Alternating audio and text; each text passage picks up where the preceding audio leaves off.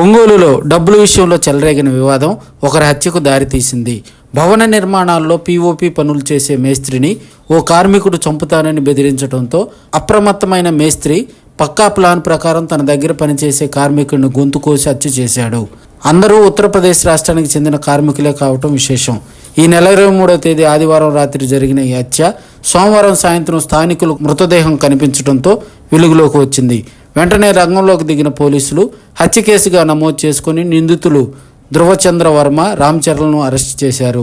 హత్యకు వినియోగించిన బైకు, కత్తి స్వాధీనం చేసుకున్నారు. ఈ నెల 23 తారీఖు అంటే మొన్న ఆదివారం ఒక ఒంగోలు తాలూకా లిమిట్స్లో ఒక మర్డర్ జరుగుతుంది.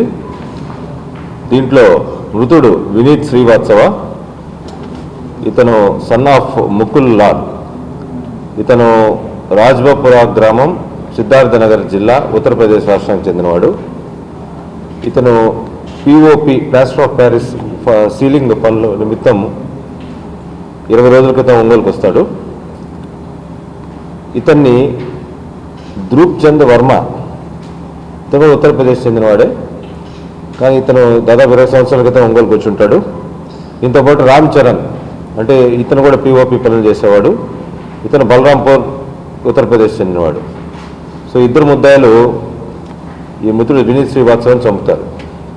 ఎందుకు చంపుతారు? కేసు పూర్వపరాల్లోకి వెళ్తే, ఈ వినీత్ శ్రీవాత్సవ అనే అతను హైదరాబాద్లో ప్లాస్టర్ ఆఫ్ ప్యారిస్ పనులు ఉత్తరప్రదేశ్ నుంచి వచ్చి చేసుకుంటూ ఒక 20 రోజుల క్రితం ఒక స్నేహితుడి ద్వారా ఒంగోలు ఇట్లాంటి పనులు అక్కడ పనులు ఆగిపోతే దొరకపోతే ఇక్కడికి వచ్చి వీళ్ళతో ఈ ధ్రువచంద్ర వర్మ, రామ్ చరణ్ మరియు కొంతమంది వాళ్ళ సహచరులు వీళ్ళందరూ పని చేసుకుంటే వీళ్ళు వచ్చి పని అడుగుతాడు.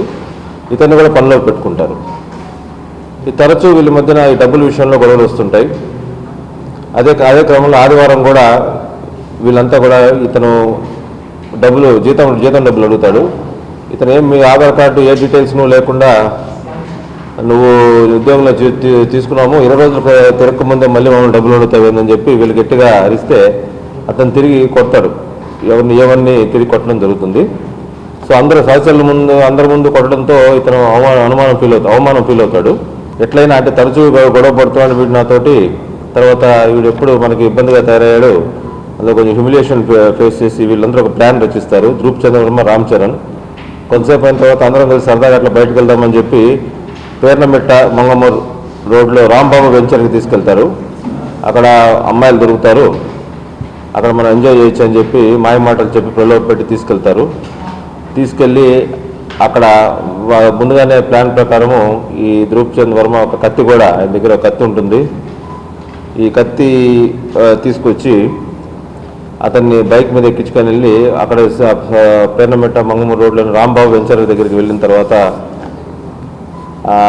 కొంతసేపు మాట్లాడుకుని ఏరా నన్ను తిడతావా అని చెప్పి ఇప్పుడు తిట్టు నన్ను చూద్దాము, నన్ను అవమానపరచు చూద్దామని చెప్తే, ఏం చేస్తావు నువ్వు, నన్ను కాళ్ళు చంపుతావా, చంపు అని అనడం జరుగుతుంది. మృతుడు ఇమీడియట్గా కత్తి తీసుకొని ఆయన కడుపులో పొడవబోయే క్రమంలో ఆయన చేతితో అడ్డం పెడతాడు. చేయికి గాయమవుతుంది. తర్వాత కడుపులో పొడిచి తర్వాత మెడ మీద కూడా ఈయన సహాయంతో, రామ్ చరణ్ సహాయంతో ఈ ధ్రువచంద్ర వర్మ అతి కిరాతకంగా వినీత్ శ్రీవాత్సవని చంపడం జరుగుతుంది. ఈ కేసు ఇది ఆదివారము అర్ధరాత్రి సుమారు 11:30, 12:30, 1 గంట ప్రాంతంలో జరుగుతుంది. తర్వాత ఇది నిన్న సాయంత్రం శవం ఐడెంటిఫై అవుతుంది. వీఆర్ఓ గారు రిపోర్ట్ ఇస్తారు. 24 గంటలు తిరగక ముందే ఈ కేసుని ఎస్పీ గారు సీరియస్గా తీసుకొని అడిషనల్ ఎస్పీ క్రైమ్స్ అయిన నన్ను, ఒంగోలు డిఎస్పీ గారిని, ఒంగోలు 2 టౌన్ సిఐ మరియు వాళ్ళ టీంని రంగంలోకి దించడం జరుగుతుంది. ముద్దాయిలు ఇద్దరిని కూడా ఈరోజు సాయంత్రం 4:30 గంటలకి మనం ఒంగోలు రైల్వే స్టేషన్ దగ్గర అదుపులో తీసుకున్నాము. వీళ్ళు హత్యకు ఉపయోగించిన కత్తిని సీజ్ చేశాము. అదేవిధంగా ఒక బైక్లో ఈ మృతుడిని ఎక్కించుకొని పోయిన బైక్ను కూడా మనం సీజ్ చేయడం జరిగింది.